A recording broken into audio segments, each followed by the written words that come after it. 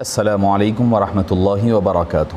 الحمدللہ رب العالمین والصلاة والسلام علی سید الانبیاء والمرسلین وعلی آلہ وصحبہ اجمعین، اما بعد۔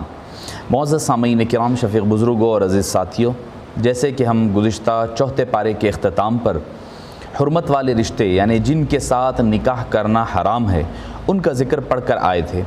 اب پانچویں پارے کا آغاز ہوتا ہے کہ کس سے نکاح کرنا چاہیے۔ والمحصنات من النساء کے نام سے شروع ہوتا ہے۔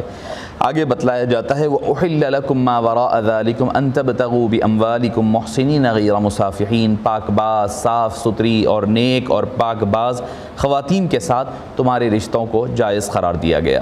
اور نکاح کا مقصد پاک دامنی ہے، نہ کہ صرف شہوت زنی یا کوئی اور مقصد ہے۔ نکاح کے لیے ایجاب و قبول، دو گواہوں کا ہونا یہ ضروری ہے، اور حق مہر کا ادا کیا جانا ضروری ہے۔ جب نکاح ہو تو اس کا اعلان بھی ضروری ہے تاکہ لوگوں کو معلوم ہو جائے کہ فلاں شخص کا فلاں کے ساتھ نکاح ہوا ہے، ورنہ تو پھر لوگوں میں توہمات اور لوگوں میں افواہیں پھیلنے لگی کہ فلاں شخص فلاں کے ساتھ نظر آ رہا ہے۔ پھر دوسری چیز جو اس سورہ مبارکہ میں ذکر کیا گیا، یہ بتلایا گیا کہ حرمت متاع۔ متاع کس کو کہتے ہیں کہ کوئی آدمی کسی عورت سے کہے کہ میں تجھے اتنے دنوں کے لیے اتنے مال کے عوض تجھے قبول کرتا ہوں اور اپنی تجھ سے نفع اٹھاتا ہوں، نفع حاصل کروں گا، تو اس وجہ سے وہ عورت قبول کر لے تو اس کے لیے نہ نکاح کا لفظ کی ضرورت ہے، نہ پھر اس کے لیے نہ دو گواہوں کی موجودگی ضروری ہوتی ہے۔ یہ اس کو نکاح متاع کہا جاتا تھا، مگر بعد میں حبیب پاک صلی اللہ علیہ وسلم نے خیبر کے موقع پر اس کو حرام قرار دے دیا گیا اور اسے زنا کے حکم میں شامل کیا گیا۔ جس طرح شیعہ حضرات کے ہاں ہم دیکھا کرتے ہیں، وہ اسلام میں اب موجودہ دور میں وہ جائز نہیں بلکہ اس کو ختم کر دیا گیا۔ اس کے بعد مرد کی حاکمیت یعنی مرد کا فوقیت رکھنا، اس کا ذکر ملتا ہے۔ الرجال قوامون علی النساء کہ مرد کو اللہ تعالیٰ نے عورت پر فضیلت دی ہے۔ اس کی وجوہات ہے، اس کا ایسا مطلب نہیں ہے کہ مرد کو جو ہے مارنے پیٹنے کے لیے عورت پر جابر بنا دیا گیا، وہ جیسا چاہے مار پیٹ کرے، نہیں، ایسی بات نہیں ہے، بلکہ اس کی چند وجوہات ہے۔ یعنی عورت کے تمام اخراجات اللہ تعالیٰ نے مرد کے حوالے کیے، اس اعتبار سے مرد کو حاکم بنایا ہے۔ دوسری چیز یہ ہے کہ فطری اور طبعی اعتبار سے بھی آدمی عورت پر فضیلت رکھتا ہے۔ یعنی فزیکلی اگر ہم دیکھیں تو آدمی طاقت رکھتا ہے، فوقیت رکھتا ہے، اس وجہ سے اس کو یہ کہا گیا کہ وہ عورت کی اوپر فضیلت رکھتا ہے اور فوقیت رکھتا ہے، اسے اس کی ساری ضرورتوں کو دیکھنا ہوگا۔ تو معزز سامعین کرام، ورنہ اس کو چھوڑ کر کے حساب و عذاب و ثواب میں، علم کے حصول میں، نیکی اور بزرگی میں، ہر سارے معاملات میں مرد عورت کو برابر رکھا گیا۔ پھر اس کے بعد بتایا گیا کہ اگر کوئی عورت بیوی نافرمان ہو جائے تو اس کو کس طریقے سے اس کی تربیت کی جائے۔ فرمایا فَعِظُوهُنَّ وَاهْجُرُوهُنَّ فِي الْمَضَاجِعِ وَاضْرِبُوهُنَّ، تو کہا گیا اگر بیوی نافرمان ہو جائے تو اسے سمجھایا بجھایا جائے اور نافرمانی کی وجہ سے برے انجام سے اسے آگاہ کیا جائے۔ اگر وہ تب بھی نہ مانے تو اسے بستر میں علیحدگی اختیار کی جائے، ورنہ تو ہمارے پاس تو ایسا ہو گیا ہے کہ اگر کوئی مسئلہ ہو جائے تو ہم فوری طلاق دے دیا کرتے ہیں۔ اسلام کی اس بات کی اجازت نہیں دیتا۔ اسلام کہتا ہے کہ ہر اعتبار سے مسائل کو سلجھایا جائے، نہیں سلجھ رہا ہے تو پھر رشتہ علیحدہ کیا جائے۔ جب رشتہ علیحدہ ہونے پر بھی اگر کوئی مسئلہ نہیں ہوتا ہے تو اس کو سرزنش کے طور پر ایسی اس کو ضرب ماری جائے یا ایسی سزا دی جائے جس سے کہ کوئی نشان نہ آئے، جس سے کہ کوئی مارک نظر نہ آئے۔ تو بعض فقہاء کرام فرماتے ہیں کہ جس طرح ایک مسواک کی لکڑی سے مارا جاتا ہے، ویسا مارنا مقصد خون غارت گیری کرنا، قتل و غارت گیری مقصود نہیں ہے، بلکہ مقصود کیا ہے؟ مقصود یہ ہے کہ اس کو تکلیف ہو، اس کو محسوس ہو کہ بھئی مجھے سزا دی جا رہی ہے، اور اسے لگے کہ بھئی میں مطلب اس کی جو عزت نفس ہے اس کو ٹھیس پہنچے تاکہ وہ اپنی کی ہوئی غلطی کو درست کر لے۔ اب اس کے بعد طہارت کے مسائل کا ذکر ہوتا ہے۔ وَإِن كُنتُم مَرْضَىٰ أَوْ عَلَىٰ سَفَرٍ أَوْ جَاءَ أَحَدٌ مِّنكُم مِّنَ الْغَائِطِ أَوْ لَامَسْتُمُ النِّسَاءَ، یہاں طہارت کے مسائل بیان کیے گئے، یعنی جب کوئی نماز پڑھنا چاہے یا قرآن کریم کو چھونا چاہے یا پھر طواف کعبہ کے لیے جائے تو اس کے لیے وضو کا ہونا ضروری ہے۔ تو ایسے لیے فرمایا کہ اس 3 حالتوں میں پھر غسل کا بھی ذکر ملے گا، اس میں احتلام ہو جائے، اپنی بیوی سے ہم بستری کرے یا حیض و نفاس کے بعد۔ ان 3 صورتحال میں اس کے لیے 3 صورتحال وضو کے لیے تھی اور 3 صورتحال اس کے لیے بیان کی گئی غسل کے لیے۔ غسل کرنا ہے تو یہ 3 چیزیں ہو تو غسل اس کے اوپر لازم ہوگا۔ پھر اس کے بعد ایک اہم مسئلے کی طرف اشارہ کیا گیا، وہ ہے تیمم کا مسئلہ، یعنی اگر تمہیں پانی نہ ملے، سفر پر ہو یا بیمار ہو یا مریض ہو ایسی صورتحال میں تمہیں چاہیے کہ تیمم کر لے، پاک مٹی پر ہاتھ مار کر چہرہ مل لے، پاک مٹی پر ہاتھ مار کر دونوں ہاتھوں کو مل لیا کرے۔ اس کے بعد امانتوں کا حفاظت کا ذکر کیا گیا، یعنی اس شان نزول کا خاص پس منظر ہے ان اللہ یأمرکم ان تؤدوا الامانات الی اہلھا، اے اللہ تعالیٰ تمہیں حکم دیتا ہے کہ ایمان والو تم امانت کو اس کے اہل تک پہنچایا کرو۔ حضرت عثمان بن طلحہ جو کعبے کے کنجی بردار تھے، جن کے پاس کلید کعبہ رہا کرتی، آپ صلی اللہ علیہ وسلم ایک مرتبہ مکہ مکرمہ میں داخل ہونا چاہتے تھے ہجرت سے پہلے، تو انہوں نے آپ صلی اللہ علیہ وسلم کو روک دیا، فرمایا کہ نہیں جا سکتے۔ تو آپ صلی اللہ علیہ وسلم نے فرمایا کہ ایک وقت ایسا آئے گا جب ایک عثمان شاید ایک دن کعبے کی کنجی میرے ہاتھ میں ہوگی اور مجھے اختیار ہوگا میں جسے چاہوں اسے دوں، اور اس وقت دیکھا جائے گا کہ کیا معاملہ ہوگا۔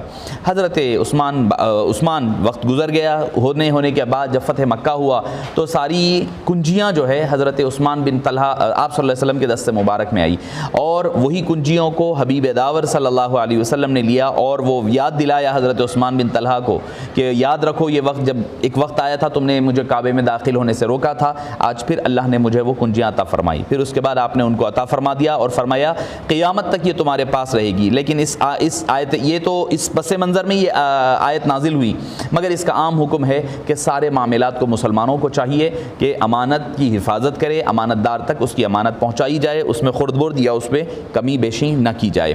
پھر اس کے بعد بتایا اللہ اور مصطفیٰ صلی اللہ اور اللہ کے حبیب صلی اللہ علیہ وسلم اور فقہاء کا مقام اور مرتبہ۔ یا ایھا الذین آمنوا اطیعوا اللہ واطیعوا الرسول واولی الامر منکم، ایمان والو اللہ کی اطاعت کرو، اور اللہ کی اطاعت کیسے کریں کسی کو نہیں پتہ، تو اس کے لیے ہمیں دیکھنا ہوگا رسول اکرم صلی اللہ علیہ وسلم کی اطاعت کہ کرنی ہوگی، تو رسول اکرم کی اطاعت در حقیقت اللہ ہی کی اطاعت ہے۔ پھر اس کے بعد فرمایا وَأُولُو الْأَمْرِ مِنْكُمْ، اولو الامر جو ہے اہل علم لوگ جو ہیں، یہ تین باتیں کیوں فرمائی گئی؟ اس لیے کہ اللہ تو خالق اور مالک ہے، ہم مخلوق اور مملوک ہے، ہم نے اللہ تعالیٰ کی بات ماننی ہے، لیکن ہم دنیا میں اپنے اس کان سے نہ اللہ کی بات سنی ہے، نہ ان آنکھوں سے اللہ کو دیکھا ہے، نہ ہم نے کچھ سمجھا ہے، اسی لیے ضروری ہے کہ ہمارے لیے درمیان میں ایک واسطہ اور وسیلہ ہونی چاہیے، اور وہ واسطہ وسیلہ حبیب پاک صلی اللہ علیہ وسلم کی ذات مبارکہ ہے۔ تو حبیب پاک صلی اللہ علیہ وسلم کی اطاعت کرنا در حقیقت اللہ کی اطاعت کرنا ہے۔ اچھا، اب معاملہ یہ ہے کہ ہم اور پیغمبر اسلام صلی اللہ علیہ وسلم عربی ہیں اور ہم ہیں عجمی، اور ہم عجمیوں کے لیے عربی سمجھنا، اس کا ماحول کو سمجھنا، یہ ساری چیزیں ضروری تھی۔ تو اللہ تعالیٰ نے پھر ایک اور بات فرما دی کہ فقہا کی بات مانا کرو۔ فقہا اللہ اور اللہ کے نبی کی آیات کی تشریح فرمایا کرتے ہیں۔ تو معزز سامعین کرام، خدا کی بات کو قرآن کہتے ہیں، حدیث پاک مصطفیٰ جان رحمت صلی اللہ علیہ وسلم کی بات کو حدیث پاک کہتے ہیں، اور فقہاء کرام کی بات کو فقہ کہتے ہیں۔ تو فقہ کوئی الگ شے نہیں ہے، یہ قرآن اور حدیث سے ثابت ہے، اس کا ذکر ہمیں اس آیت کریمہ سے ملتا ہے۔ پھر آگے فرمایا فَإِن تَنَازَعْتُمْ فِي شَيْءٍ فَرُدُّوهُ إِلَى اللَّهِ وَالرَّسُولِ، جب پھر کوئی معاملات میں تمہارے نزدیک انتشار پیدا ہو جائے، یعنی تنازع پیدا ہو جائے کہ بھئی کیا کرنا چاہیے اور کیا نہیں کرنا چاہیے، تو ایسی صورتحال میں تمہارے لیے ضروری ہے کہ تم اجتہاد کرو۔ جب تنازع پیدا ہو جائے فَإِن تَنَازَعْتُمْ فِي شَيْءٍ فَرُدُّوهُ إِلَى اللَّهِ وَالرَّسُولِ، اللہ اور اللہ کے رسول کی طرف اپنے اس معاملے کو لوٹایا کرو۔ لوٹانا کیا ہوگا؟ یہی تو اجتہاد ہوگا۔ پھر اس کے بعد حبیب پاک صلی اللہ علیہ وسلم کے وسیلہ لینے کی بات کا ذکر ملے گا۔ وَلَوْ أَنَّهُمْ إِذْ ظَلَمُوا أَنفُسَهُمْ جَاءُوكَ فَاسْتَغْفَرُوا اللَّهَ وَاسْتَغْفَرَ لَهُمُ الرَّسُولُ لَوَجَدُوا اللَّهَ تَوَّابًا رَحِيمًا، جب تمہارے کوئی گناہ ہو جائے، جب تم گناہ کر بیٹھو تو اللہ کے حبیب کی بارگاہ میں آؤ اور آ کر کے اللہ کے حبیب کے دربار میں معروضہ رکھو، حبیب پاک تمہارے لیے اللہ کے دربار میں استغفار کریں گے تو اللہ پاک تمہاری توبہ کو اور تمہارے گناہوں کو معاف فرمائے گا اور خوب رحم کرم فرمانے والا پائیں گے۔ پھر اس کے بعد انعام یافتہ لوگ کون ہیں ان کا، اور اسی آیت کریمہ میں حبیب پاک صلی اللہ علیہ وسلم کے دربار مبارک کی زیارت کا اور آپ کے دربار رسالت میں حاضری کا اجازت بھی ملتی ہے اور اس کی دلیل بھی ملتی ہے۔ انعام یافتہ کون ہے؟ من النبیین والصدیقین والشہداء والصالحین، نبی، صدیقین، شہداء اور صالحین، چار لوگ ہیں جن پر اللہ تعالیٰ نے انعام فرمایا ہے، اور انہی کے راستے پر چلنے کا سورہ فاتحہ میں ہم پڑھ کر آئے ہیں، اس کا ذکر ملے گا کہ اہدنا الصراط المستقیم، سچا راستہ عطا فرما، سیدھا راستہ عطا فرما۔ سیدھا راستہ کیا ہے؟ ان لوگوں کا راستہ ہے، انبیاء کا، صدیقین کا، شہداء اور صالحین کا۔ اس کے بعد آپ کو ملے گا کہ عوام کے لیے تقلید کا حکم، وَلَوْ رَدُّوهُ إِلَى الرَّسُولِ وَإِلَى أُولِي الْأَمْرِ مِنْهُمْ، جب تم کوئی معاملہ نہیں پاؤ تو تمہیں چاہیے کہ اگرچہ کہ یہ آیت جنگ کے بارے میں نازل ہوئی مگر یہ حکم عام ہے کہ جب کوئی معاملہ ایسا ہو جائے جہاں پر تمہیں کوئی جواب سوال نہ ملے تو اللہ اور اللہ کے رسول کی طرف لوٹاؤ معاملے کو، اور اولو الامر یعنی فقہاء کرام کی طرف لوٹاؤ۔ پھر اس کے بعد قتل اگر کسی کا کسی سے ہو جائے تو اس کی دیت کا ذکر ملے گا. وما كان لمؤمن ان يقتل مؤمنا الا خطأ. اللہ تعالیٰ نے قتل کے احکام بیان فرمائے کہ مسلمانوں کے لیے شائع نشان نہیں ہے کہ وہ کسی مسلمان کا قتل کرے مگر اگر کوئی غلطی سے کر دے تو ایک تو ہوگا قتل عمد جان بوجھ کر قتل کرنا, دوسرا ہوگا قتل خطا. تو یہاں پر قتل خطا کی 3 صورتیں بیان کی گئی کہ مومن قتل ہو جائے تو قتل پر دیت اور کفارہ لازم ہوگا. دیت کی مقدار احادیث میں بیان کی گئی کہ 100 اونٹ یا 10,000 دینار لازم ہوں گے. کفارے میں ایک مسلمان غلام آزاد کرنا پڑے گا. اگر غلام میسر نہ ہوئے تو پھر مسلسل 2 ماہ کے روزے رکھنے پڑیں گے. اگر کوئی مسلمان دارالحرب میں رہتا ہے اسے غلطی سے قتل کر دیا جائے تو صرف کفارہ لازم آئے گا. اگر کوئی ذمی جو دارالاسلام میں معاہدے کے تحت رہتا ہے غیر مسلم قتل کر دے تو اس کے لیے بھی قاتل پر کفارہ اور دیت دونوں لازم آئے گی. پھر اس کے بعد صلاۃ الخوف اور صلاۃ القصر, یعنی اگر سفر میں جا رہے ہیں تو نماز کو مختصر کرنے کا حکم. وَإِذَا ضَرَبْتُمْ فِي الْأَرْضِ فَلَيْسَ عَلَيْكُمْ جُنَاحٌ أَن تَقْصُرُوا مِنَ الصَّلَاةِ. نماز کو آدھا کر کے قصر کر پڑھیں گے, یعنی 4 رکعت والی نماز کو 2 رکعت پڑھیں گے. اجماع امت, یعنی امت میں اجماع جو ہے وہ از خود ایک حجت بن کر کے نظر آتا ہے کہ اس میں یہ کہا گیا کہ غیر وَمَن يُشَاقِقِ الرَّسُولَ مِن بَعْدِ مَا تَبَيَّنَ لَهُ الرَّسُولُ, اس آیت کریمہ میں اجماع امت کا ذکر ہمیں ملتا ہے. اس کے بعد منافقین کا ذکر ملے گا. کہا گیا کہ مذبذبین بین ذالک, وہ تذبذب میں رہتے ہیں یعنی بیچ ادھر ڈاواں ڈول رہتے ہیں کہ کیا کرنا کیا نہیں کرنا. لا الہ الا ولا الہ الا, نہ ادھر جاتے ہیں نہ ادھر جاتے ہیں, وہ درمیان میں ادھر ادھر ہوا کرتے ہیں. پھر اس کے بعد عذاب سے بچنے کا نسخہ بیان کیا گیا. ما یفعل اللہ بعذابکم ان شکرتم وآمنتم. اگر تم چاہتے ہو کہ شکر گزار اللہ تمہارے ساتھ اچھائی والا معاملہ پیش کرے تو اس پہ اختتام میں فرماتے ہیں ان شکرتم و آمنتم, اگر تم شکر ادا کرو گے اور ایمان لاؤ گے تب جا کر کے تمہیں اللہ تعالیٰ اس دنیا میں بھی سرخروئی عطا فرمائے گا, اس دنیا کی سرخروئی سے بھی اللہ تعالیٰ تمہیں سرفراز فرمائے گا. اس پر 5ویں پارے کا اختتام عمل میں آتا ہے. وصلی اللہ تعالیٰ وسلم علی خیر خلقہ سیدنا محمد وعلی آلہ وصحبہ اجمعین والحمد للہ رب العالمین.